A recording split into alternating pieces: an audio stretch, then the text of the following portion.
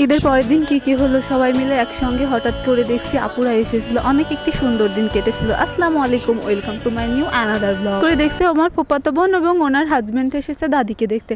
তাই তার তড়িঘড়ি করে আবার নাস্তা রেডি করে তাদের সামনে দিয়ে দিলাম। দেখছি মিষ্টি এনেছিল। মিষ্টির মধ্যে আমার আবার কালো জামগুলো বেশি পছন্দ, কিন্তু এই মিরপুরের সাইডের মিষ্টিগুলো একটু কেমন যেন। ভাইয়া তো এনে বলছে এখানকার মিষ্টি তো দেখছি অত ভালো না, পোড়াদর মিষ্টি আনাই তো ভালো ছিল। নাস্তা করে আবার ওখানে দাদিকে দেখতে চলে গিয়েছিল। তাই আবার আম্মু দুপুরে খাওয়ার জন্য সবকিছু রেডি করতেছিল। আবার একটু অসুস্থ তো, তাই আমাকে আবার বললো তোর চাচিকে ডেকে নিয়ে, আমার সবকিছু রেডি আছে, খালি একটু রান্নাটা করে নিয়ে যাক।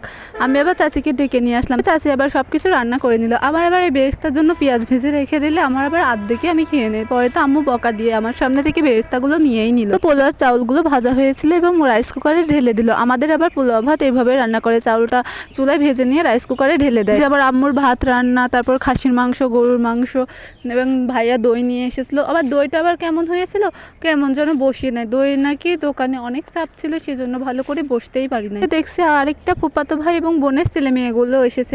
এই যে আরিশা এবং জারিয়া বুড়ি, তারপর আফিয়া বুড়ি তো আমার কোলে থেকে নামতেই ছিল না, কত সুন্দর খেলতেছিল, সাথে বাবুও ছিল। এরপর দেখছি শাকিল দাদারা এসেছিল। শাকিল দাদা তো আমাকে দেখলে কুষ্টিয়ার ভাষায় তো ভেটুল বলে, কিন্তু রাজশাহীর ভাষায় ওটা কে যেন বলে। আমি ছোটোবেলায় নাকি রাজশাহীর ভাষায় ওইটা বলছিলাম। আমি বলছিলাম ওইটা আমরা কত খাই। এখন দাদা আমাকে দেখলেই প্রতিনিয়ত বলবে ওটা আমরা কত খাই। এবার সাথে সাথে ভেটুলটা দেখার বলছে এই যে এটা তো এখানেই আছে। শাকিল দাদার ছেলে আবার আমার কাছে আসতেছিল না, কিন্তু ভাইয়ার কাছে আসতেছিল, কারণ ওদের আবার মিল আছে। ওই বাবুটারও জোড়া আঙুল ছিল আছে, আবার আমার ভাইয়াটারও জোড়া আঙুল ছিল। অপারেশন করে ভাইয়া ঠিক করে নিয়েছে। এবার দাদা ভালো করে ভাইয়ার হাতটা ভালো করে দেখে নিল যে কোনো সমস্যা হয় নাকি।